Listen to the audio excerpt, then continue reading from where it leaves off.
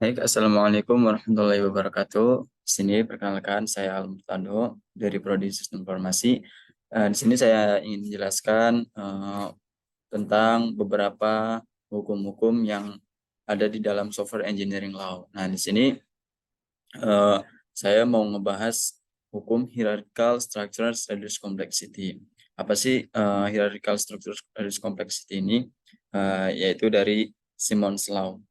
Nah, hukum ini menyatakan bahwa pengaturan struktural dalam bentuk hierarki dapat membantu mengurangi kompleksitas dan meningkatkan efisiensi dalam suatu sistem. Nah, jadi untuk definisi yang pertama itu adalah jadi si Simon Slow ini berkata bahwasanya pengaturan struktural dalam bentuk hierarki ini dapat membantu mengurangi kompleksitas dan meningkatkan efisiensi dalam sebuah sistem.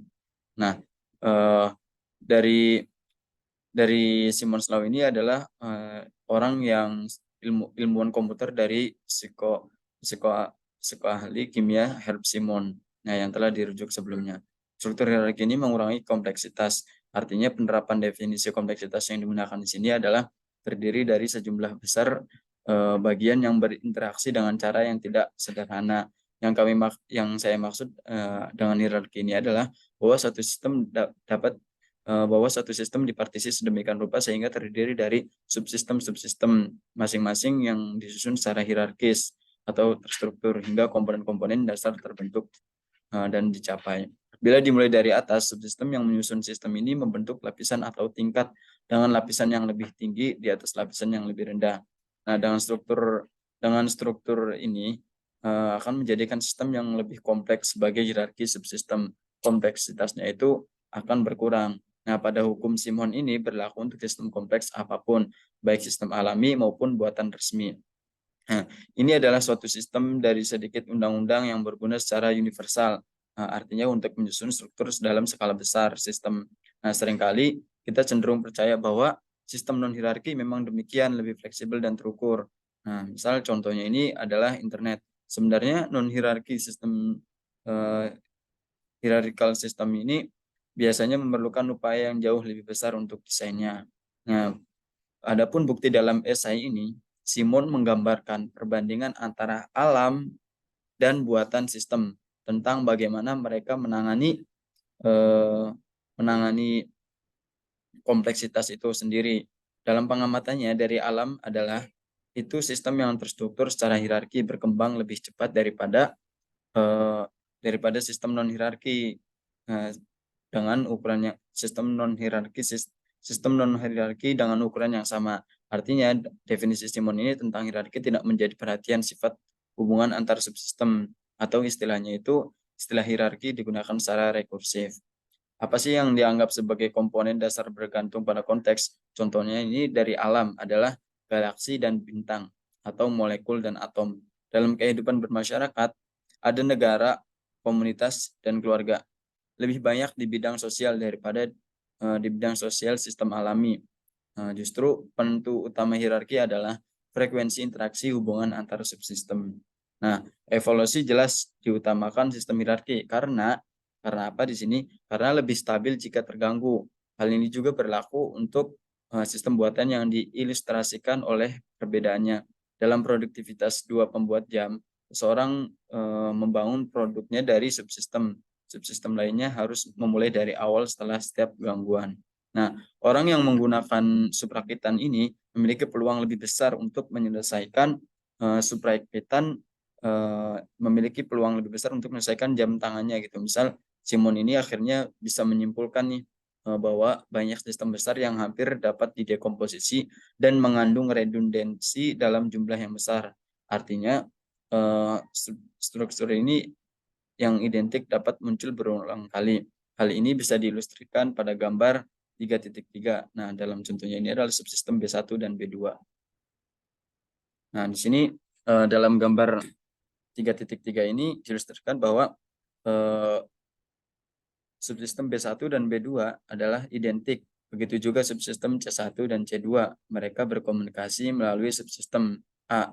Oleh karena itu, representasi alternatif dapat dipilih untuk mewakili properti ini secara grafis. Nah, pada gambar 3.4 ini, angka ini kebetulan menyerupai apa yang dikenal di kalangan ilmuwan komputasi sebagai diagram Boltzmann. Ini eh, ini tidak kebetulan, bahwasanya karena pengulangan unsur-unsur yang sebanding lebih sering terjadi dengan data dibandingkan dengan program gitu. Jadi pengulangan unsur-unsur yang sebanding lebih sering terjadi dengan data itu dibandingkan dengan program gitu. Jadi ada perbandingan tersendiri. Nah, teknik pembuatannya sedikit berbeda. Kesetaraan program disebut parameterisasi, yaitu perbedaan diperhitungkan dan diteruskan ke rutin sebagai parameternya. Nah, pada teori Simon ini mengakui bahwa dia tidak tahu apakah kita memahaminya, maksudnya apakah kita memahaminya, dunia akan bersifat hierarkis atau tampak hierarkis karena aspek-aspek tersebut tentang hal-hal yang tidak ada, luput dari pemahaman dan pengamatan kita. Ini adalah sebuah masalah ayam dan telur baginya. Kompleksitas suatu sistem biasanya adalah hasil adaptasinya terhadap lingkungan. Lingkungan hiduplah yang memperlihatkan berbagai macam bentuk dan berubah seiring berjalannya waktu. Hasilnya lebih banyak lagi dan lebih banyak kasus khusus yang harus ditangani. Masalah yang diciptakan oleh kompleksitas adalah gambaran struktur yang dihasilkan ini khususnya benar jika ada jenis interaksi yang berbeda. Nah, pada gambar selanjutnya di 3.5 ini menunjukkan bahwasannya jumlah interaksi ini berkurang secara signifikan dalam struktur hierarki dibandingkan dengan struktur non hierarki. Di dalam struktur hierarki, 11 node dihubungkan oleh 22 koneksi. Ini jauh lebih sedikit dibandingkan jumlah sambungan yang dibutuhkan.